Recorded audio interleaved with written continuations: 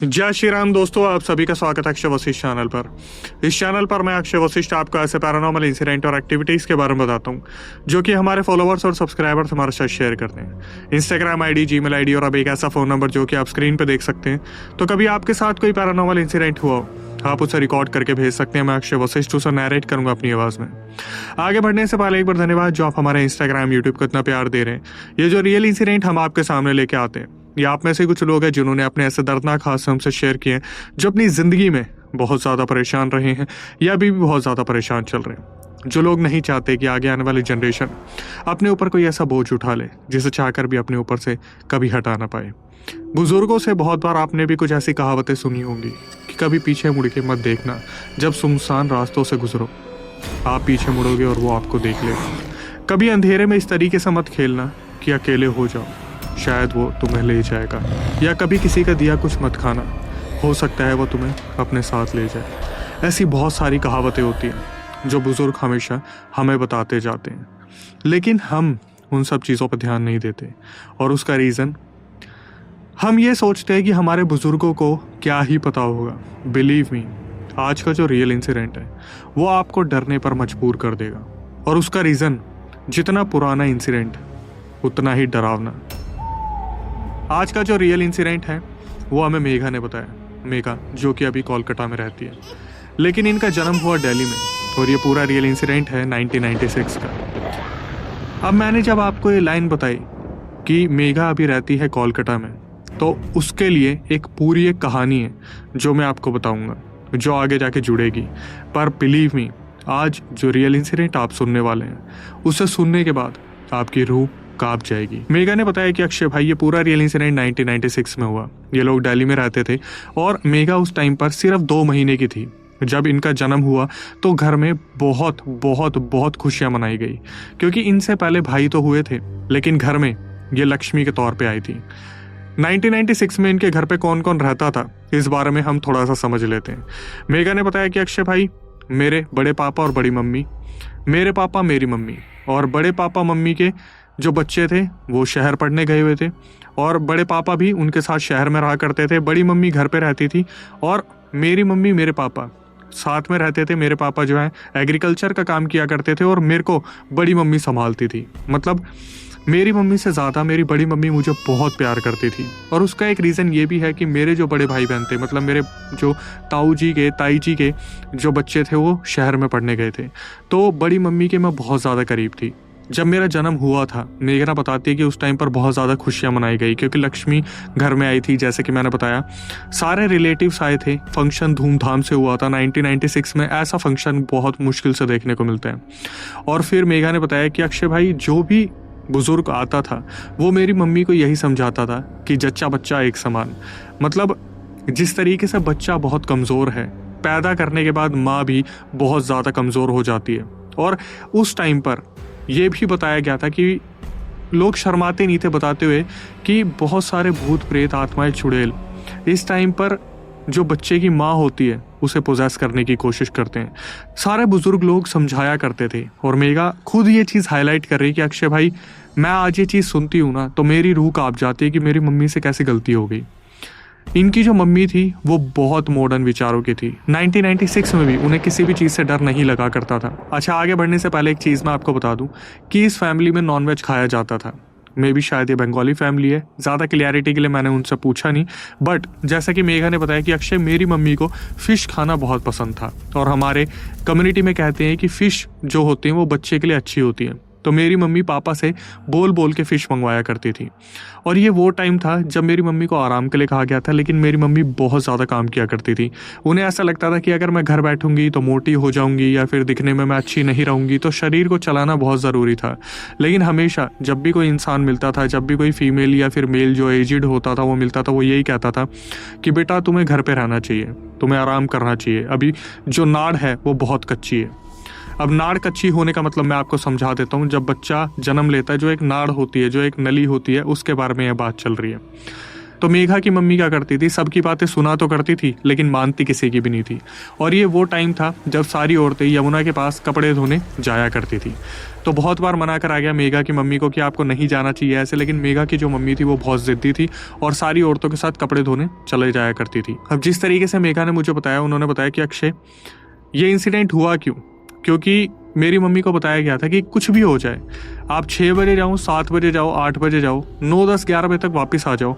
जब बिल्कुल दोपहरी होती है, 12 बजते हैं, जब सूरज बिल्कुल सर पे होता है, तब आप कोशिश करोगे कि आप बाहर नहीं हो। एक दिन क्या हुआ, मेघा की मम्मी से यही गलती हुई। मेघा की मम्मी को फिश खाने का बहुत ज़्यादा मन कर रहा था, उन्हें मछली खाने का बहुत ज़्यादा मन कर रहा था। तो मेघा की मम्मी ने मेघा के पापा से कहा कि आप एक काम करो, बाजार से फिश लेके आ जाओ। हुआ क्या, इनके पापा पता नहीं किसी दोस्त के पास बैठ गए, उनसे बातचीत करने लग गए। फिश लाते लाते उन्हें 9, साढ़े 9 बज गए थे। तो आपस में थोड़ा बहुत झगड़ा हुआ और मेघा की मम्मी ने इस चीज़ पर गुस्सा भी दिखाया कि आपको मेरे बारे में नहीं दिख रहा, आप ये नहीं सोच रहे कि मेरे लिए डाइट बहुत ज़रूरी है, मैंने अभी बच्चे को जन्म दिया है। ऐसे ऐसे करके घर में थोड़ी बहुत लड़ाई हुई, बातचीत हुई।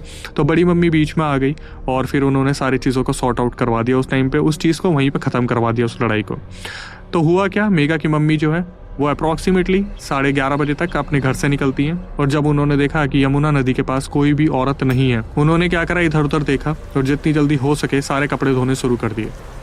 उन्हें ऐसा लगा जैसे जब वो कपड़े धो रही थी तो पीछे आवाज़ आ रही थी, ऐसा लग रहा था जैसे कोई बच्चा पुकार रहा है। तो मेघा की मम्मी ने क्या किया, उन्होंने इधर देखा उधर देखा, उन्हें लगा कि पता नहीं शायद मेरा वहम है या फिर मैंने ज़्यादा खा लिया है, ऐसा कुछ हुआ है। अच्छा, एक चीज़ और मैं बता देता हूँ, जो मेघा के पापा थे वो 1 किलो फ़िश लेके आए थे और 500 ग्राम इनकी मम्मी ने खा ली थी बना के। तो 500 ग्राम रख दी थी बाद के लिए। और मेघा के पापा जो थे उन्हें फ़िश इतनी भी अच्छी नहीं लगती थी, तो मेघा की मम्मी ही थी जो अकेले फ़िश खाया करती थी। और जब इन्हें ऐसा फील होता है यमुना नदी के पास या यमुना जी के पास, तो इन्हें ऐसा लगता है कि मुझे अब वापस चल देना चाहिए। तो इनकी मम्मी क्या करती है, हाथ में सारे कपड़े उठाती हैं और रास्ते की ओर वापस चलना शुरू करती हैं। तभी जब ये धीरे धीरे आगे चल रही थी, इन्हें इस चीज़ के बारे में महसूस होता है कि कोई पीछे आवाज़ लगाता आ रहा है। और वो आवाज़ बड़ी अजीब सी थी।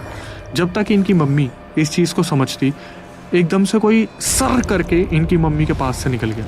जब इनकी मम्मी पीछे मुड़ती हैं तो वो अचानक से देखती है कि एक काली पन्नी बवंडर के साथ उड़ती उड़ती आई और सीधा मेघा की मम्मी के पैरों पर काली पन्नी बंध गई।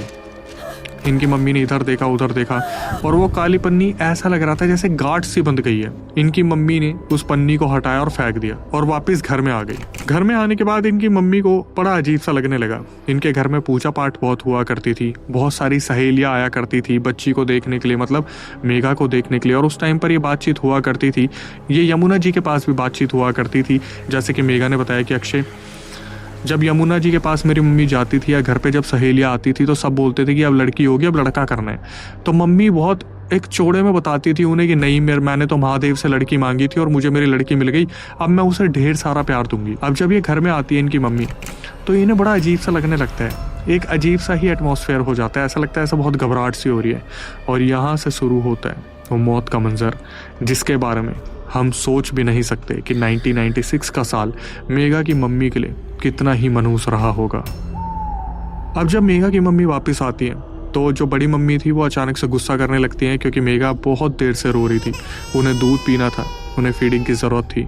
और जो बड़ी मम्मी थी वो चिल्लाती हुई बाहर आती है और सीधा टूट के पड़ती है मेघा की मम्मी के ऊपर कि तुम्हें शर्म आती है, तुम पता नहीं मना करने के बाद भी गई हो और बच्ची इतनी देर से भूखी है, यहाँ पर कोई है भी नहीं दूध पिलाने वाला, तो ये माँ के बिना कैसे रहेगी। तो उस टाइम पर जैसे मेघा की मम्मी बहुत ज़्यादा घबराई हुई थी, उन्हें खुद को बहुत ज़्यादा अजीब सा लग रहा था। एक ऐसी सिचुएशन बन गई थी जहाँ पर वो बहुत ज़्यादा हड़बड़ाहट सा फील कर रही थी अपने अंदर। उन्होंने क्या करा, मेघा को हाथ में लिया और बड़ी मम्मी को बोला कि कोई नहीं बहन, मैं दूध पिलाती हूँ।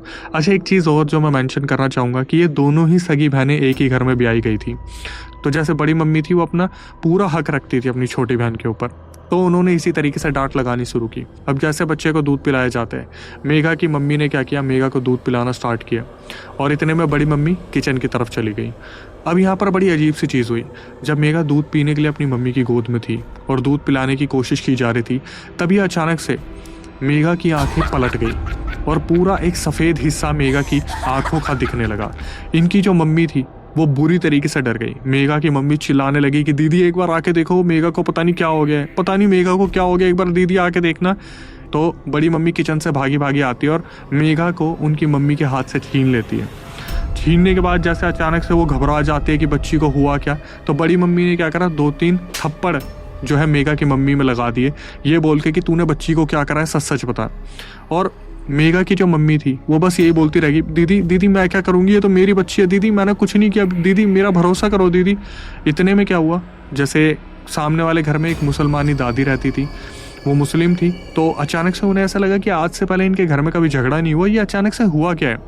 वो दादी भागती भागती आती है और उन्होंने जब देखा मेघा को कि मेघा की आंखें पलटी हुई है और बच्ची अकड़ी पड़ी है, तो अचानक से दादी जो थी, उन्हें नॉलेज थी इस चीज़ की, उन्हें अनुभव था। उन्होंने क्या किया, बच्ची को हाथ से छीना, बिल्कुल भी देर ना बरतते हुए सीधा अपने घर पे लेके गई, वहाँ से कुछ पानी उठाया, बच्चे के कान में डाला और एक कुछ पढ़कर उन्होंने फूंक मारी बच्ची के ऊपर, और बच्ची एकदम से खुल सी गई, जैसे ऐसा लगा जैसे उसके अंदर कोई जान सी आ गई है। और ये होती बच्ची इतनी ज़ोर ज़ोर से रोने लगी, इतनी ज़ोर ज़ोर से रोने लगी, तो बड़ी मम्मी जो सही में मेघा को बहुत प्यार करती थी, उन्होंने क्या करा, मेघा की मम्मी को सुनाना शुरू कर दिया। दादी ने भी सुनाना शुरू कर दिया कि तू कहाँ से होके आई है, तेरा पैर कहीं पे पड़ा है, बच्चे को हुआ क्या, तूने क्या करा बच्चे के साथ। तो मेघा की मम्मी बताना शुरू करती है कि मैं तो इसे दूध पिला रही थी, अचानक से पता नहीं इसकी आंखें पलट गई, अकड़ गई, इसको हुआ क्या मुझे नहीं मालूम। तो बड़ी मम्मी ने कहा, एक काम करो, तुम थोड़ी देर के लिए हमसे दूर हो जाओ, मैं इसे बाहर का दूध पिला दूंगी, अभी तुम जाके आराम करो, तुम्हारी खुद की भी तबीयत मुझे ठीक नहीं लग रही है। मेघा की मम्मी मायूस तो हो गई थी, अपने कमरे में गई और वो वहाँ जाके रेस्ट करने लगती है। अब हुआ क्या, वक्त धीरे धीरे टलता है और इन सब चीज़ों में एक चीज़ जो बुरी होती है कि जब आप 2 से 3 महीने की बच्ची को बाहर का दूध पिलाते हो तो उसके साथ 2 सिचुएशन होती है, या तो वो वॉमिटिंग कर देती है या उसे लूज मोशन लग जाते हैं। अब यही हुआ, मेघा को लूज मोशन भी लग गए और वॉमिटिंग भी हो गई। अब उन्हें डॉक्टर के पास ले जाया गया, तो डॉक्टर ने अलग हड़काया कि भैया आप एक बात बताओ, 2 से 3 महीने की बच्ची को आप बाहर का दूध पिला रहे हो माँ के घर पे होते हुए, अब ये तो नहीं बता सकते डॉक्टर को कि इसकी आंखें पलट गई, ऐसा हो गया वैसा हो गया। तो डॉक्टर के बोलने पर जो बड़ी मम्मी थी, उन्होंने मेघा को उनकी मम्मी को हैंड ओवर किया, उन्हें दिया कि लीजिए भाई दूध पिलाइए।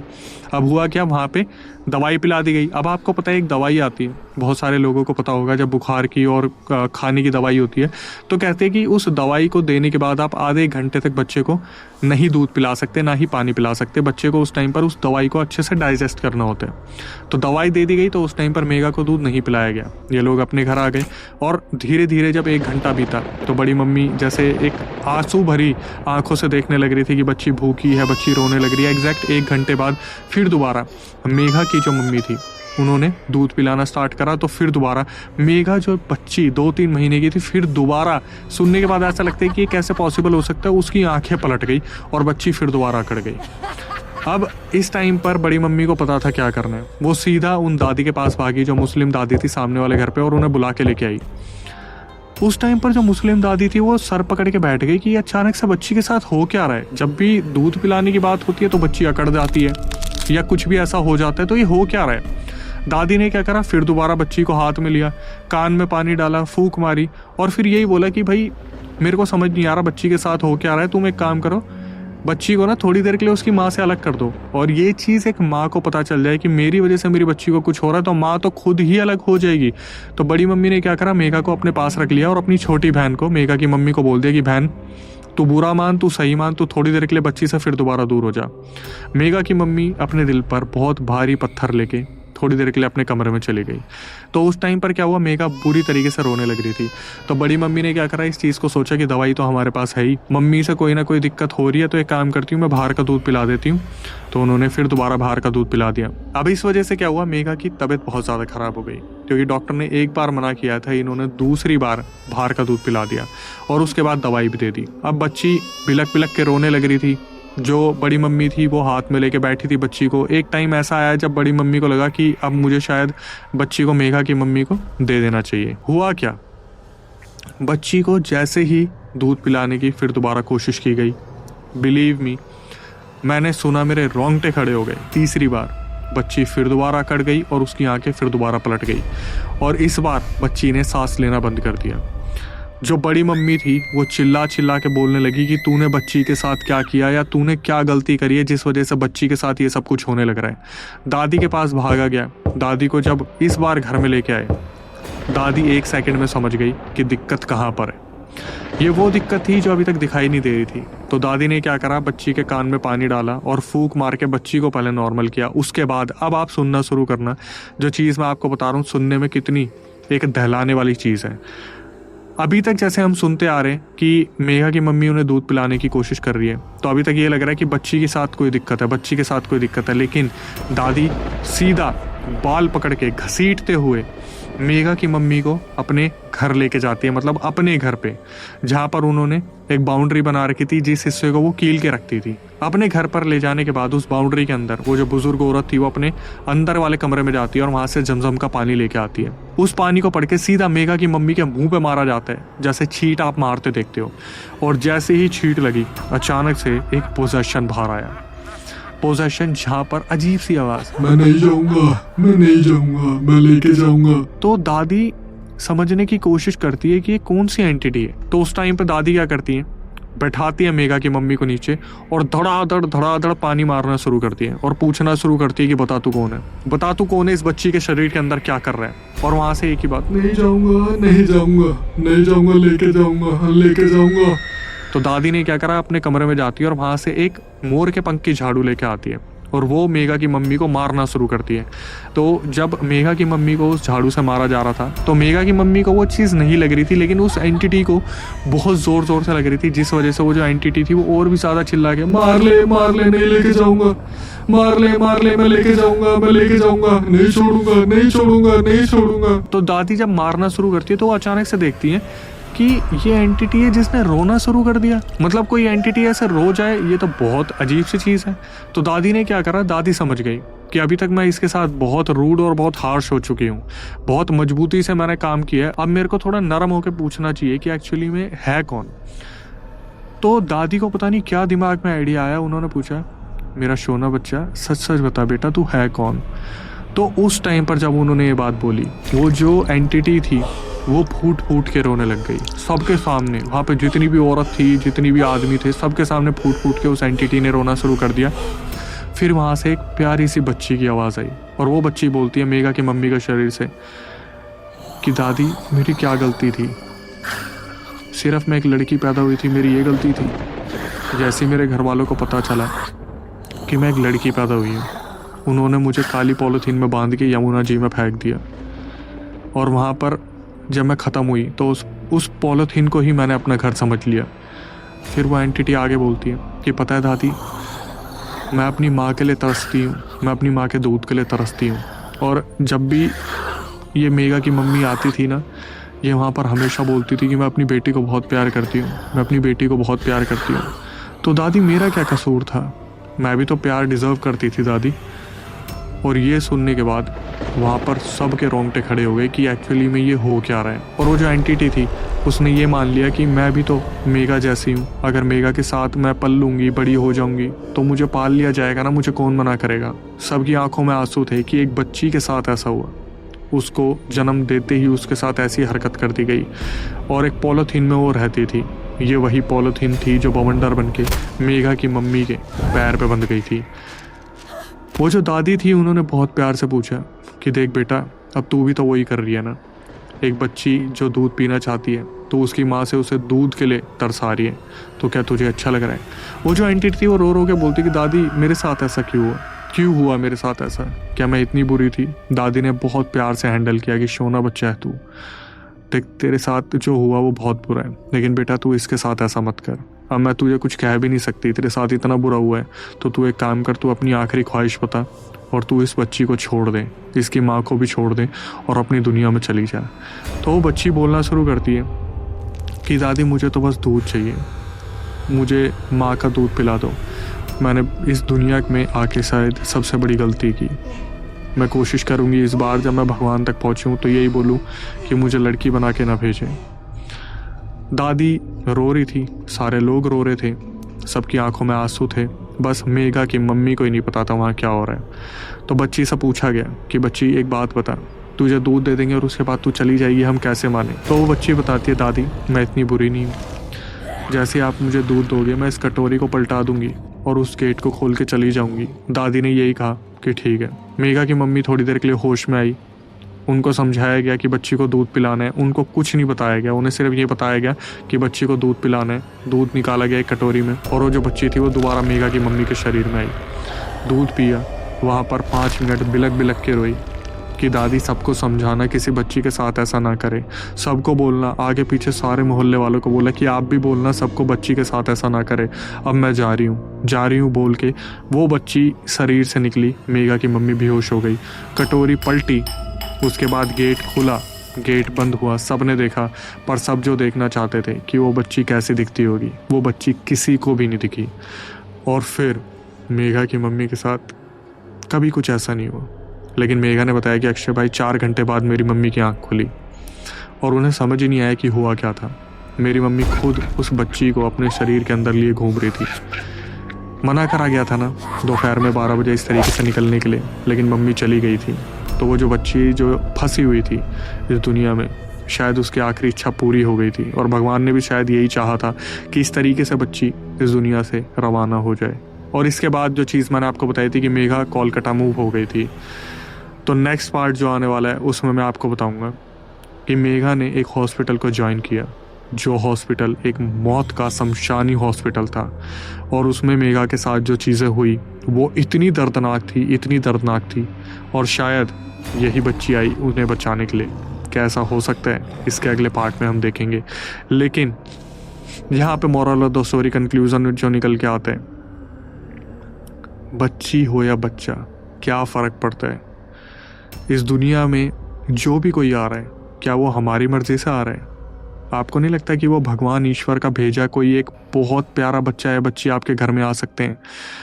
मैं मानता हूँ कि ये चीज़ ज़रूरी है कि वंश बढ़ाने के लिए एक बच्चे की ज़रूरत होती है, लेकिन अगर आपके घर में बच्ची आई है तो आप उसके साथ कभी ऐसा सलूक नहीं कर सकते। मेरा एक बहुत बड़ा एजेंडा है जो आज आपके सामने मैं रखना चाहता हूँ।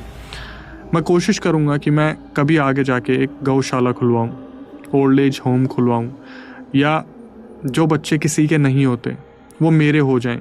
मैं चाहूँगा कभी मैं ऐसा कुछ कर पाऊँ। इसके लिए बस मैं यही चाहूँगा कि जितना ज़्यादा हो सके इस रियल इंसिडेंट को आगे बढ़ाइए लोगों तक, और उनकी सोच में, विचारधाराओं में बदलाव लाने के लिए कोशिश की जाए हमारी वीडियो को वहाँ तक पहुँचाने में। हो सकता है कि इस इंसिडेंट को सुनने के बाद लोग ऐसा करना बंद कर दें, क्योंकि आपको लगता है अधूरी इच्छाओं के साथ जो बच्चे लोग इस दुनिया से जाते हैं वो मुक्त हो पाते हैं? ऐसा नहीं होता, वो तड़पते हैं, बुरी तरीके से तड़पते हैं। आप इस वीडियो को देख रहे हैं, आप खुद सोचिए, आपके घर परिवार में बुज़ुर्गों ने कभी कुछ ऐसा किया हो और वो बच्चा भी आप ही के साथ बैठा हो और बस ये सोच रहा हो कि दीदी या भैया मेरा क्या गुनाह था इस दुनिया में आके, और बस आप ही को देख रहा हो। तो सोचिए आपको कैसा लगेगा। कमेंट सेक्शन में ज़रूर बताइएगा। डराने का मेरा ऐसा कोई मोटिव नहीं था, लेकिन जब भी बात आती है भलाई की, हमेशा भला करने के बारे में सोचिए।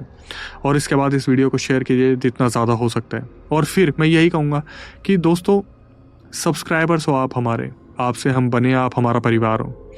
आपसे हमेशा से रिक्वेस्ट रहती है कि हम जो चीज़ें आपके सामने लेके आते हैं, एक रियल इंसिडेंट, हमारी बहुत मेहनत लगती है। और उसके बाद हम सिर्फ आपसे मांगते हैं मोटिवेशन, जो कि है सब्सक्रिप्शन, बेल नोटिफिकेशन। इसको ऑन कर लीजिए। और हमारा दूसरा चैनल है जिसका नाम है अक्षय वशिष्ठ हॉरर शो। वहाँ पर ऐसे ही लोग आते हैं जो अपने परिवार के बारे में बताते हैं कि कैसे काली क्रियाओं ने हमारा परिवार बर्बाद कर दिया, कैसे हम कहीं गए और हमसे गलती हो गई, कैसे हम टोटके के ऊपर पैर रख के आ गए, कैसे हम शमशान में गए, वहाँ पर एंटिटी छेड़ दी, कैसे हम कब्रिस्तान में जाके टास्क लेके आ गए। ऐसी चीज़ें वो आके बताते हैं और बहुत ही ज़्यादा मेहनत लगती है ऐसे लोगों को अपने अंदर ऐसी एक शक्ति जगाने के लिए कि वो हमारे चैनल पे आके बताएं। और फिर नेगेटिव कमेंट्स हमारा मोटिवेशन बहुत ज़्यादा डाउन करते हैं। तो मैं ये नहीं कहूँगा कि आप नेगेटिव कमेंट्स मत कीजिए, लेकिन आज से मेरी यही लड़ाई होगी कि जो पॉजिटिव कमेंट्स करने वाले हैं वो नेगेटिव कमेंट्स वालों को देखिए थोड़ा सा कि वो क्या चाह रहे हैं।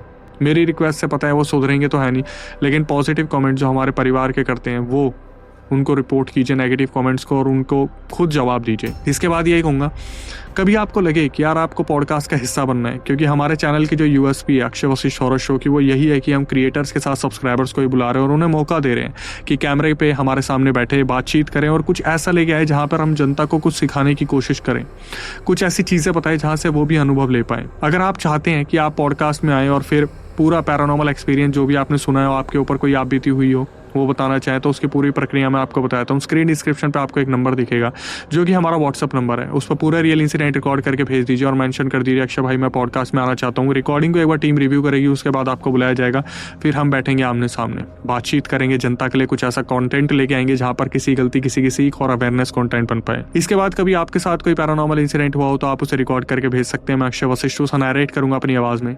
जितना ज़्यादा हो सके इंस्टाग्राम यूट्यूब को इसी तरीके से प्यार देते रहिए। स्पॉटिफाई पे हम रैंक कर रहे हैं और हम बहुत ही अच्छा रैंक कर रहे हैं आपके प्यार की बदौलत। फेसबुक पे हम आ चुके हैं वेरिफिकेशन टिक के साथ, स्क्रीनशॉट आप देख पा रहे होंगे। डिस्क्रिप्शन में सारे लिंक है, उन्हें ही जाके फॉलो कीजिएगा, किसी फालतू पेज को फॉलो मत कीजिएगा। जितना ज़्यादा हो सके इसी तरीके से प्यार बनाए रखें। और जो विनती हमारी आपसे होती है, कभी कभी कुछ गलतियां माँ बाप से भी हो जाती हैं, दादा दादी नाना नानी से भी हो जाती हैं। आपने देखा होगा कि वो सारी गलतियों को आपकी माफ़ कर देते हैं, लेकिन कभी कभार आप उनसे मुंह बना के बैठ जाते हो। ऐसे बहुत सारे रियल इंसिडेंट आते हैं जहाँ पर लोग इस चीज़ को हाईलाइट करते हैं कि अक्षय भाई आप हमेशा बोलते हो कि मम्मी पापा बहुत अच्छे होते हैं, हमारे नहीं थे। समझने की कोशिश कीजिएगा हर बार कि उन्होंने आपके लिए बहुत कुछ किया है। छोटी छोटी चीज़ों से उन पर गुस्सा मत दिखाइए, चिड़चिड़े मत बनिए। वो ऑलरेडी उस एज में आ चुके हैं जहाँ पर उनको आपकी बहुत बहुत ज़्यादा ज़रूरत है। इसके बाद अपने कुल देवी देवता, भगवान, पितृ, ग्राम देवता, इष्ट देवता जितने ज़्यादा हो सके उन्हें पूजिए, क्योंकि भक्ति ही वो शक्ति है जो आपको इन सब चीज़ों से बचा के रख सकती है। क्योंकि एक पैरानॉर्मल दुनिया एक ऐसी दुनिया है जहाँ पर हम कदम रख देते हैं और जब वहाँ से हम वापस आते हैं तो हम अकेले वापस नहीं आते। तो ध्यान रखिए, जितना ज़्यादा हो सके संभल कर रहिए। नई वीडियो नए पॉडकास्ट आने तक stay tuned with the channel.